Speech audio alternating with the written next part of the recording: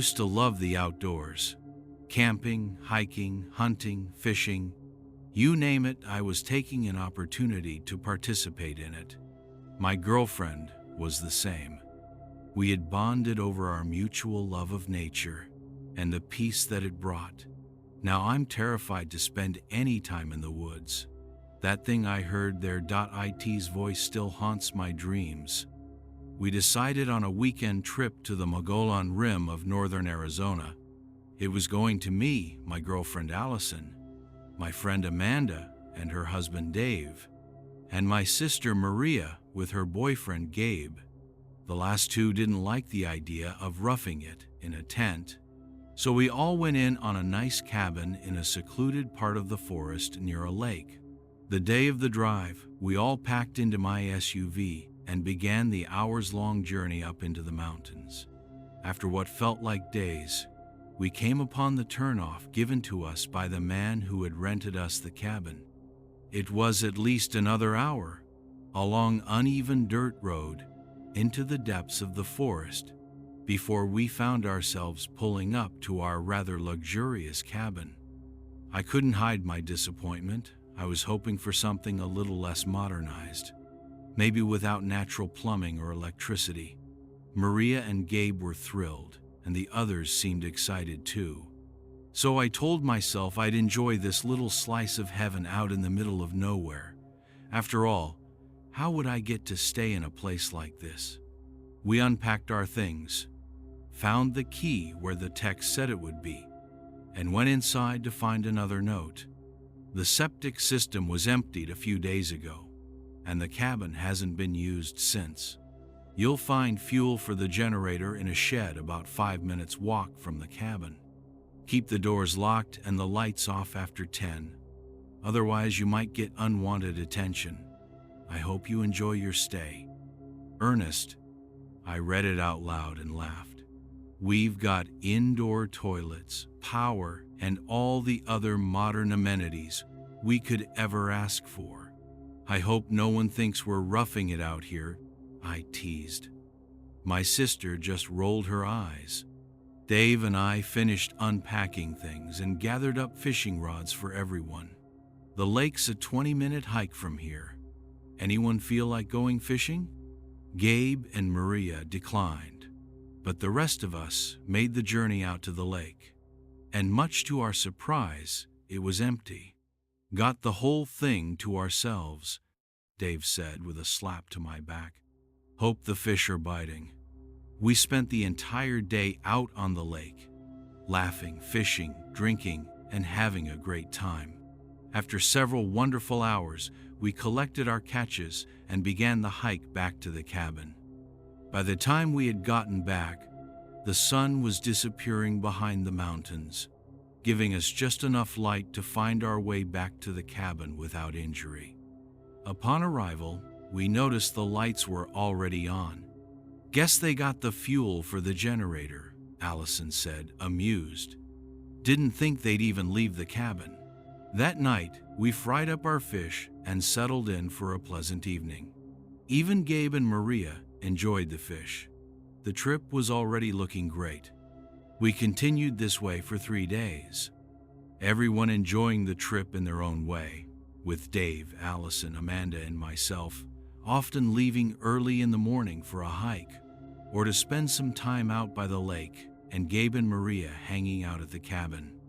Every night, we'd kill the lights at around 9:45 to follow the wishes of our host, and every morning, we'd be up bright and early for another adventure. Everything was turning up aces. We were all having a great time. Then, the 4th night came. Most of us had spent the day on a 6-hour hike through rough trails, and we were beat. We had crashed early, reminding Gabe and Maria that the lights needed to go out by 10 so we could avoid things like bears. They rolled their eyes, but agreed. I woke at 2:30 in the morning to the sound of panic knocking. Slowly I moved to sit up, but I felt Allison's hand seize my shoulder as she looked at me and shook her head fiercely. "Hello?" I heard a man's voice call from the front door of the cabin.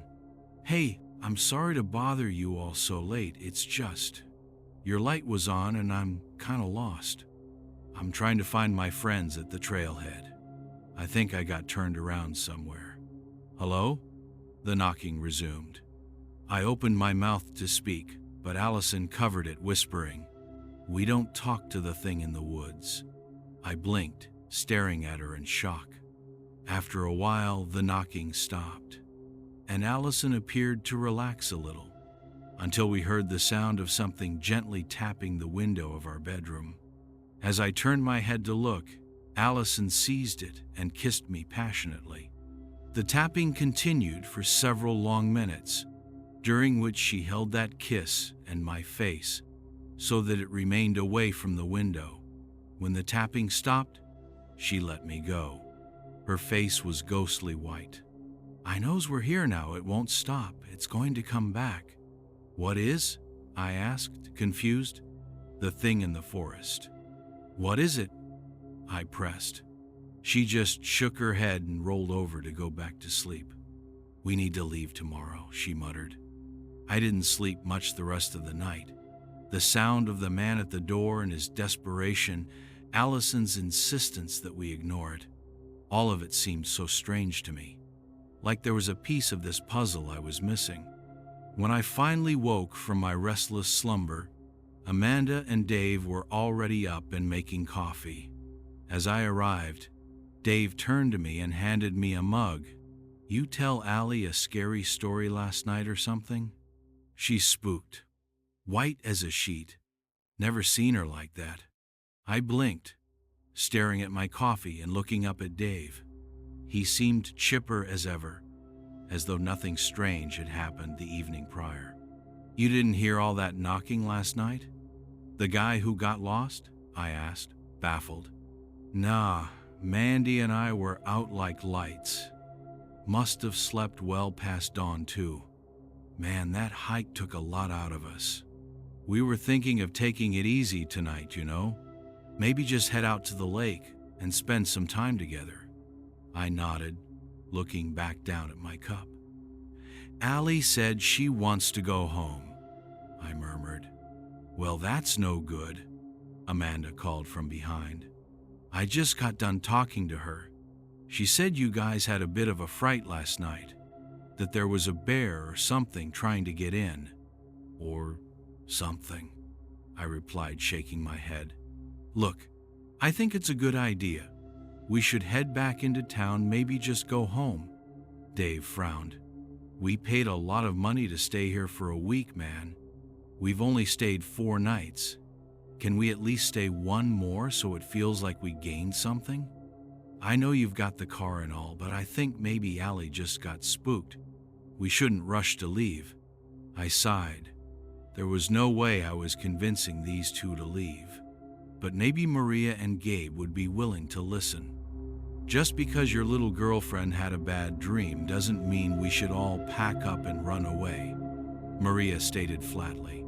"We're having a great time out here." When I found Allison, she was still very shaken.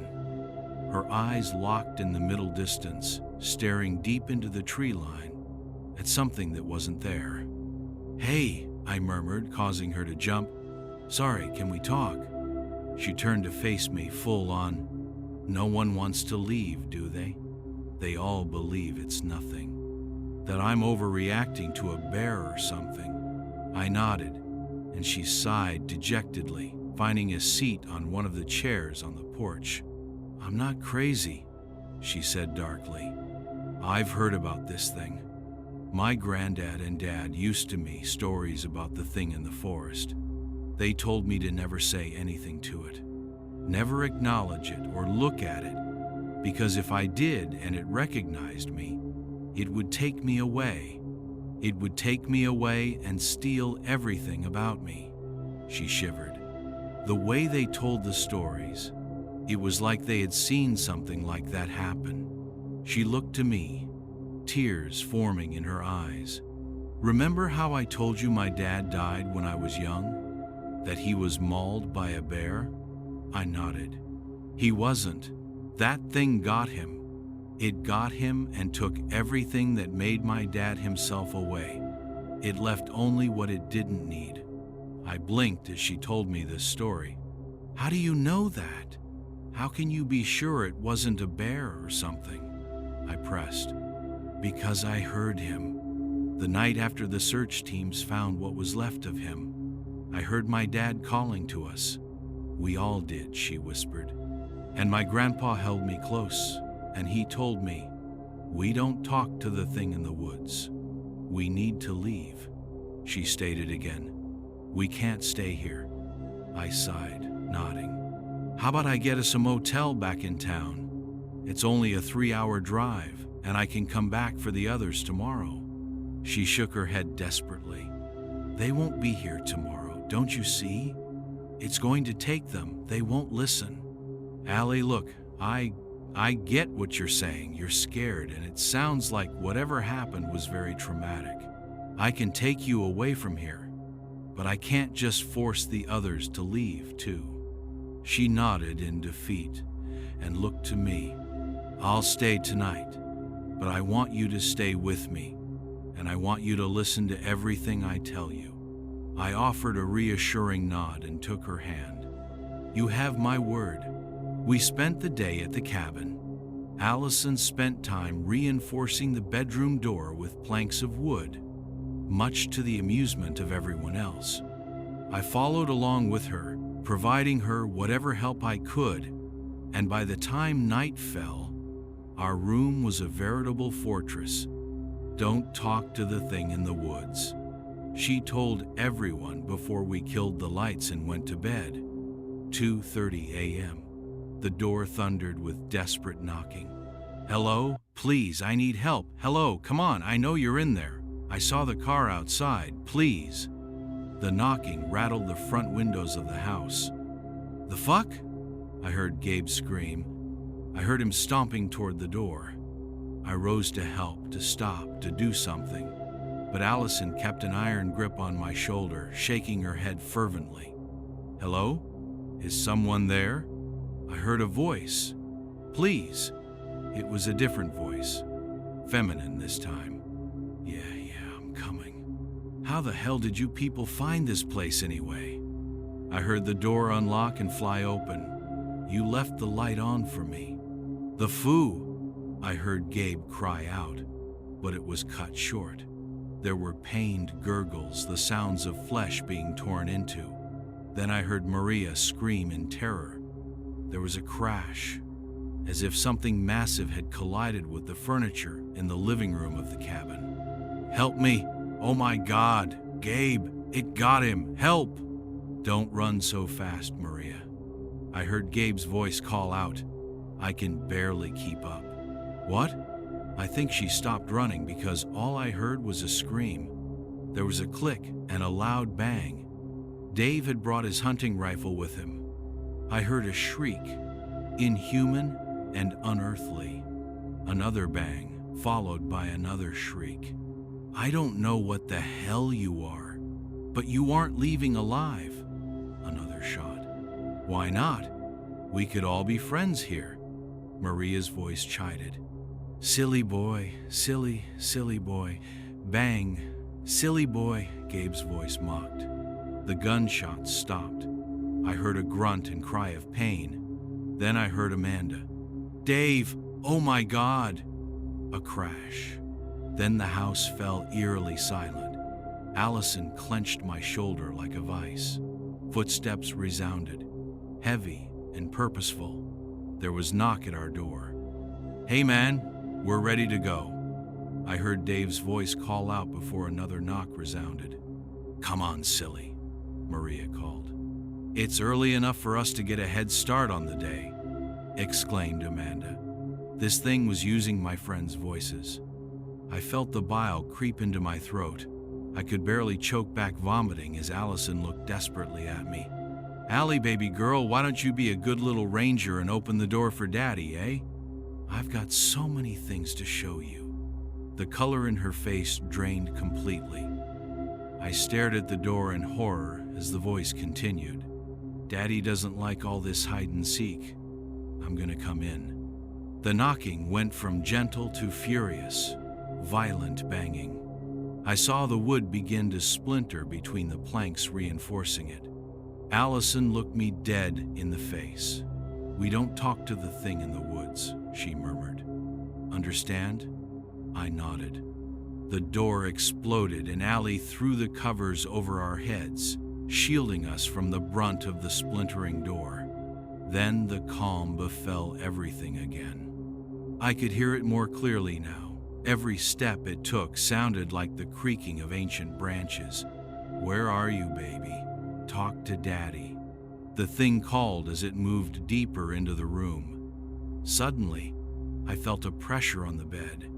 Powerful, spindly, branch-like objects wrapped around my form. "What's this? Anything to say?" Dave's voice cooed. I felt a sharp, stinging pain in my thigh. And as I glanced down, what looked like a collection of gnarled branches woven together to form a claw was driving itself deep into flesh.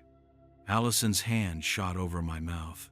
I wanted to scream out in agony, but I bit my tongue. I bit so hard the coppery taste of blood flooded my senses. The world was spinning. The pain was excruciating. No crying, no pain. Something raked across my back. My eyes bulged as I felt warmth trickled from my back and begin to cool on the sheets beneath me. "Ah, that's no fucking fun," Gabe cried out, and then I heard something else. A mixture of animals roaring in unison. Bear, mountain lion, wolf, deer, boar. It was a cacophony of beasts, and they were pissed. I heard slamming against the shelves, wood splintering and glass shattering. "Nothing, nothing," many voices cried in unison. "Talk to me." I said nothing. The thing in our room violently slammed itself into the walls and the decor. It raged for what felt like agonizing hours, and I lay there bleeding. Finally, the noise stopped. "Fine," came a voice neither of us recognized. "Fine." I heard the thing stomp away, and the front door was torn from its hinges. "Fine." I heard a scream outside. We lay there for a while longer, and I felt myself growing lightheaded. The pain was excruciating. When Allison pulled the covers back, I spared a glance at clock. 3:45, a little over an hour. That's all it had been. I wanted to laugh, but as soon as the cool air of the outside hit me, I passed out.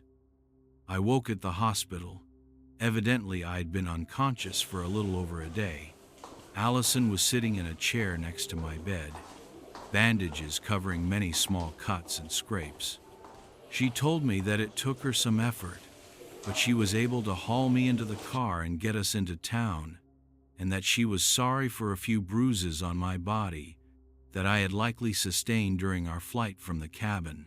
She told me that she had gone up with the sheriffs in the morning to show them what had happened. There were no bodies, just a few pieces of gore and plenty of blood. She showed me pictures she had taken of everything that had happened. The cabin was wrecked, the floors, the shelves, the furniture, everything was destroyed. It looked like she tried to avoid it, but I saw the streaks of where my friends had died too. It has been 2 years. I haven't gone into the woods or camping or fishing since then. Allison and I are married now. I guess a shared trauma like that brought us together. We stay in the desert now, away from the trees, but there have been some nights where I swear I could hear Dave calling for me. Allie assured me that it was just bad dreams, that it didn't come down from the woods, but it didn't help to ease my fears. If this doesn't convince anyone to avoid the woods, then I have only one piece of advice. We don't talk to the thing in the woods.